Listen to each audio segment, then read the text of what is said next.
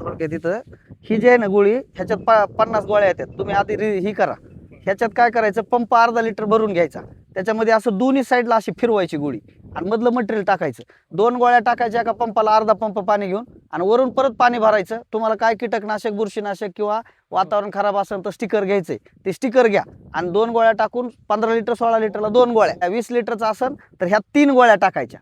एका डबीत आपल्या 50 गोळ्या येतात.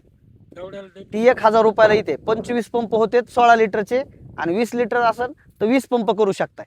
आणि जर लय सोपं करायचंय तर 1 लिटर बिसलरी घ्यायची, त्याच्यामध्ये आदल्या दिवशीच असं पाणी ही फुडून टाकायच्या गोळ्या एका लिटरमध्ये. समजा आपल्याला 10 पंप फवारायचे तर 25 गोळ्या एका ह्याच्यामध्ये, समजा 20 लिटरचा पंप आहे तर गोळ्या 25 फुडून टाकायच्या, आणि 100 ml पाणी जरी टाकलं दुसऱ्या दिवशी प्रत्येक पंपाला तरी चालतंय, पाणी करून घेतलं तरी. आलं का लक्षात? लक्षात यायला हा, आणि काय अडचण आली तरी तुम्ही फोन करा मला.